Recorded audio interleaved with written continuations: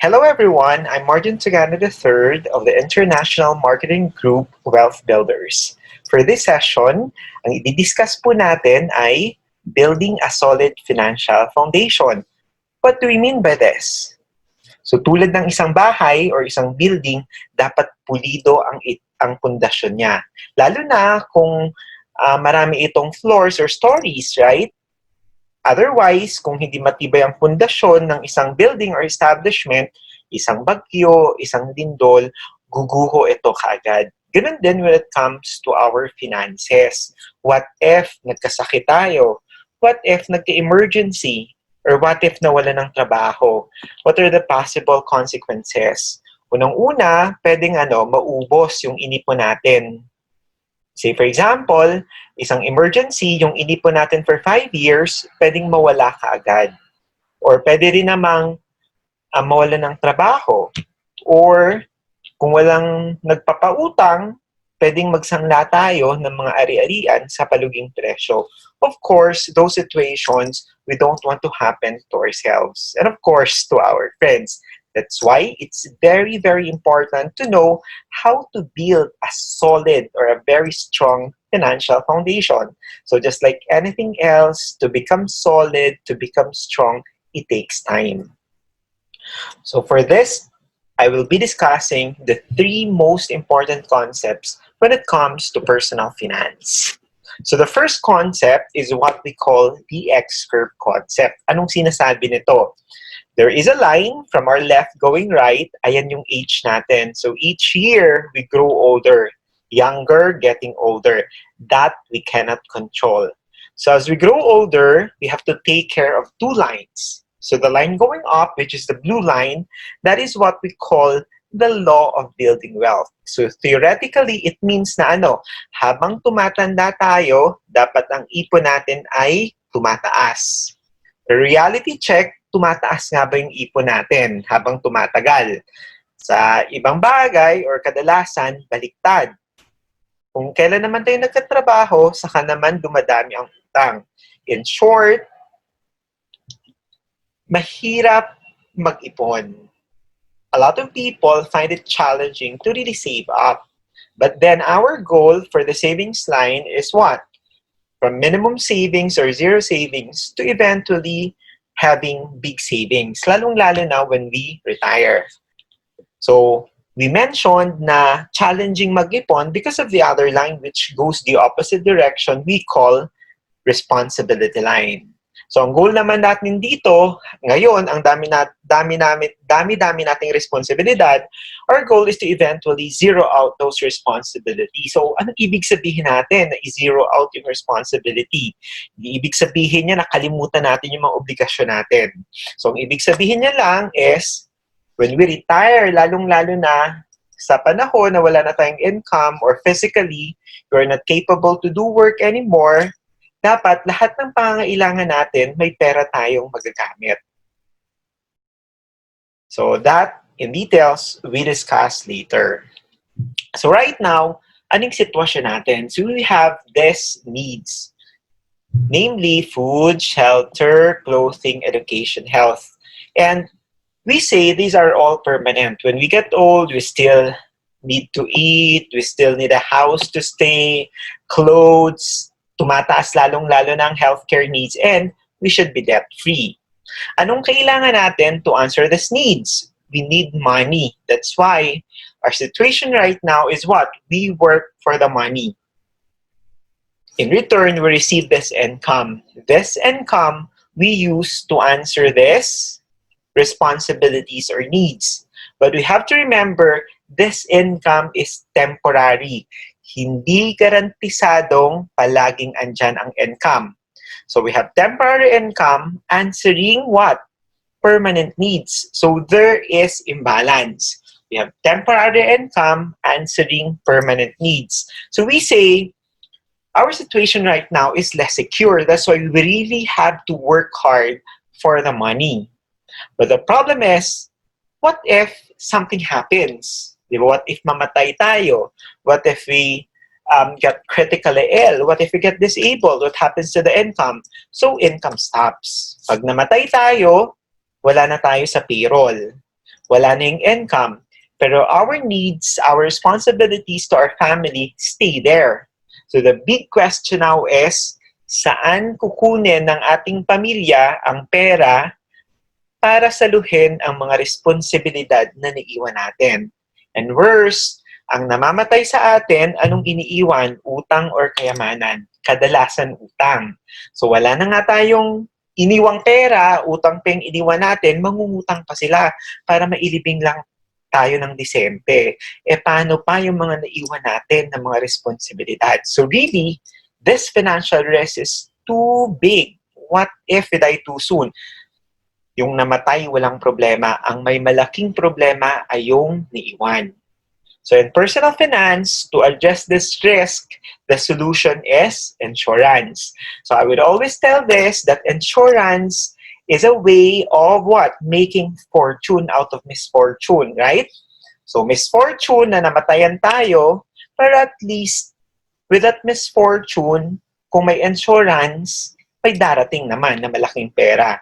So just imagine, you lost your spouse, pero after a month, you will receive 10 million. I'm not telling na to be happy or to rejoice na namatay yung spouse mo. But then again, at least, di ba, mawawala yung burden, more specifically in terms of finances, kasi may sasalo sa mga responsibilidad na naiwan niya. So that is the purpose of insurance. We don't get insurance to benefit from it by ourselves. It's really more on to protect our family. But the problem with insurance is to get the money or to get the cash, something should happen. Either we die, we get disabled, or we get critically ill. So what if nothing happens? So that would lead us to the second financial risk. What if naman we live too long? So that's the opposite of the first. On the first, namatay tayo kaagad. Dito naman on the second risk, hindi tayo mamatay-matay. Problema ba yon? Okay, life is a blessing. But then sometimes, or oftentimes I would say, it also becomes a curse. Why? Ang nangyayari ho, naunang maubos ang pera kaysa mamatay tayo. And that itself is a problem. Imagine, buhay ka, kakain ka, nagpapacheck up ka, kailangan mo magbayad ng kuryente, ng ilaw, pero walang perang pumapasok. So the big question now is, where will we get the money to answer all of these needs? Marjun, saan ako? Pwede, pero there are two issues. Capable ba yung anak mo or willing ba yung anak mo? Pwedeng willing, pero hindi capable. Or pwedeng capable naman, issue sa asawa na magbigay siya ng pera sa'yo. So I will always tell parents, never ever depend your retirement to your children. So the solution to the stress is not our children, not our government, not other people, but investment. So investment is what? You have what? You take care of your future because you have money working for you, or that's living on the interest of your savings. So true enough, you have money working for you. So clearly, there should be transition from us working hard for the money to eventually money or your big savings working for you. So example, you targeted to have 10 million when you retire. So invest the 10 million probably on a fixed income fund, like 10% a year. So 10% of 10 million is how much? That's 1 million. Divided by 12, at least you have 80 plus thousand a month. So that's clearly money or your 10 million working for you. But it could only work if in the first place we manage to increase our savings line. So bakit hindi ba tumataas ang savings line natin? Because our equation is what? We receive our income minus expenses, whatever is left will be for expenses. And sad to say, that equation doesn't work. We could always reason out bakit kailangang bilhin to, bakit kailangang mag-travel, etc., etc. So, the right formula is what? We also call it the abundance formula. So, income minus savings is equal to expenses. Or income minus tithe, you give back to the church, give back to the community, minus savings is equal to expenses. So what are the allocations? So you have 100% net income, 10% tithes, 20% savings, expenses should be at most 70% of what you're earning. The second concept tells us it's not enough to work hard for the money. Equally important to that is to also know how does money work hard for us. So you have your hard-earned money and letting that hard-earned money to also work hard for you. So we call this the rule of money, or sometimes you call it the rule of 72. The formula is you have 72, which is fixed, divided by the interest, which is the variable component, is equal to the number of years it will take your money to double. So why 72 of all the numbers? Say for example, this year may 100 tayo. We invested it on like savings account, which gives us 1% a year. That's even higher than the actual, which is 0.0252%. So on the first year, we have 100 pesos earning 1% a year. So the following year, we have 100 plus the 1% of 100, which is 1, giving us 101. On the third year, we have 102.01. So yung piso na interest the following year, nag-interest din the following or the next year. So yung interest, nag-i-interest. So bakit 72? Because this 100 to double to become 200, it will only take 72 years instead of 100 years. So what's the implication of that? Example, 29 years old tayo ngayon, may 10,000 nilagay sa bangko at 1% a year. How long will it take us to double that money, or anong edad na natin at the time that our 10,000 becomes 20,000. So using the formula 72, we substitute the percent or the variable component with 1 as the interest. So that 72 divided by 1 is equal to 72 years. So 29 plus 72 o 101 years old na tayo, saka pa lang siya ng 20,000. So two issues. Unang-una, buhay pa ba tayo? Aabot ba tayo ng 101 years old? Or kung buhay man tayo, abutin man natin yan, anong purchasing power ng 20,000 at a time? So this concept would illustrate us for money to compound. Number one, it should be given enough time. The earlier you start, the better. And of course, the importance of knowing the proper interest. So what's the use of putting your money long-term in the bank, which earns less than 1%, if the inflation rate is around 5% or even more? So what if we try other facilities? Say, for example, time deposit, which could probably gives us 4%. So going back to the formula we mentioned earlier, 72 divided by 4 is equal to 18. So every 18 years, dumodoble yung pera natin. On this example, we have a person, 29 years of age. He has a capital of 100,000 pesos or seed-in money of 100,000 pesos. So every 18 years, that money doubles. So 29 plus 18, so 47, 200,000. Another 18 years at 65, 400,000 pesos. 65 is already retirement age. But the question is 400,000 pesos enough to retire? No, it's not enough. Way, way below. What if we double the interest? We make it 8. So 72 divided by 8, that means every 9 years, the doubling pera natin. So going back to the same example, so every 9 years, so at 38, 200,000, at 47, 400,000, at 56, 800,000, at 65, 1.6 million pesos. Is this enough? Hindi pa rin. Pero something to notice. I thought if we double the interest, yung 400,000 would also double. But how many 400,000s are there in 1.6 million? So that's fourfold, not just twice or not just two 400,000s. But what if we put it at 12%? Because what happens in reality, we put our money in the bank. Pero ang bangko, hindi yan ilalagay ang pera natin sa vault. They would also reinvest that. Example na facility which earns 12%, which is still conservative. So at 12%, going back again, to the formula, 72 divided by 12 is equal to 6. So every 6 years, dumodoble siya. So you have the same example at 29, 100,000. But then here, at the age of 65, that 100,000 becomes 6.4 million pesos. Is it enough? Probably yes or probably not, but clearly much, much better compared to 400,000 and 1.6 million. But the thing is, we put our money here as a 4%. It was the bank which repositioned our money to 12%. So magkano ang ibabalik sa atin ng bangko? 400,000 pesos. Magkano kinita nila? 6 million pesos. In our perspective, that's our loss only due to the fact that we do not know where is 12%. So very obvious, kaya ang pinakamatatas na buildings, whatever city you go, ang mga bangko.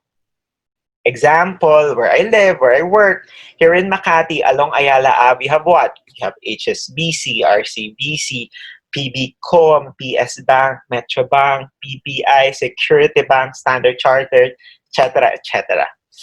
But I want to make it clear, we have nothing against the bank. My point is, if you want to invest on a long-term basis, hindi pwede sa bangko. Kasi a bank account or a savings account is designed for accessibility. So if gusto mo na accessible, syempre mababa ang interest niyan. So there is always a trade-off. So kung gusto mo ng medyo mataas na interest, of course, may mga holding period because money takes time to grow. To summarize what we discussed, so what now should be the proper structure of a solid financial foundation? A lot of people would want to invest outright. As we've said, money takes time to grow. So ang gusto nating mangyari sa pera natin sa investment, nagdadagdag lang muna tayo. Hindi yung every now and then babawasan. Diba? Come to think of it, lumalago ba yung pera natin sa bangko? Hindi. Kasi anong mas madalas, withdrawal or deposit? Withdrawal. So, ang pera para lumago, dapat hindi mo na ginagalaw for a certain period. 5 years, 10 years, 15 years, nagdadagdag lang muna tayo. So, para hindi natin magalaw ang pera sa investment, what you recommend is, dapat may emergency fund muna. Para kung magka-emergency man, dito ka kukuha. Right? Otherwise, kung magka-emergency, wala kang emergency fund, you will be tempted to pull out money from your investment. So, balik na naman tayo sa zero. So, you should have emergency fund first before investing. But the worst is, nagka-emergency, wala tayong ipon, wala tayong emergency fund. So, anong gagawin natin? Mangungutang. Diba? It would make no sense if nangutang ka sa 20% a month, tapos nag-iipon ka sa less than 1% a year. So this should be done chronologically. So eliminate debts first, establish your emergency fund, then saka mag-invest. But then going back to the first financial risk, what if we die too soon? What if we get disabled? What if we got critically ill? Dun papasok ang importance ng insurance. Again, insurance is a privilege, is not a right. So habang bata ka pa, habang qualified pa tayo, habang insurable pa, get as much insurance as you can. So just imagine, if 6 months ago namatay ka, ano bang sitwasyon ng pamilya mo ngayon? Depende yan. Kung insured ka, at least maintain yung lifestyle nila or even higher. Kung wala, probably or likely, mas mahirap. And of course, we don't want that. But we say health is wealth. Hence, the bottommost is healthcare. So sa healthcare, we have two types. You have short-term and long-term. Ang short-term, yan yung tinatawag na HMO, which is usually provided by our employer. Pero ang problema dyan, it's coterminous with our employment. So the moment we resign, the moment we retired, wala na rin siya. So when do we get sick more often? Diba? When we get older. So the time that you need it more, saka naman siya wala. So that's why we really put emphasis or importance to really invest on long-term healthcare. Ang long-term healthcare, 7 years ka lang mag-i-invest, 7 years ka lang na magsasacrifice, pero at least lifetime yung coverage mo. So, this one, matagal na siyang ginagawa in countries like the US, kaya pansin natin doon, yung mga matatanda sa kanila could afford private nurse, caregiver, nasa private room or nasa suite. Unlike here in our country, exactly the opposite. Nasa ward, nagtuturuan yung mga anak kung sinong sasalo, etc. So, we don't want that to happen to ourselves. So, healthcare muna, insurance, eliminate debts, emergency fund, then investment. Because our ultimate goal is to have money working for us. So that's why we have to shield or protect that investment. Magkasakit man tayo, hindi to magagalaw because we have healthcare. May mangyari man sa atin, mamatay man tayo, na-disabled man tayo, hindi pa rin to magagalaw because we have insurance. Hindi tayo mangungutang because we have emergency fund or hindi magagalaw ang pera sa investment if magka-emergency because we have a buffer fund. So this structure is really solid. And of course, mas madaling maitayo ang pundasyon na to kung meron tayong multiple sources of income. So again, I always tell people, don't be satisfied with just one salary or with just one source of income. So challenge yourself to earn outside employment or to have part-time businesses. Kasi kung mas maraming pumapasok na pera, mas marami tayong income, mas maraming resources, mas madali nating maitatayo yung financial foundation natin.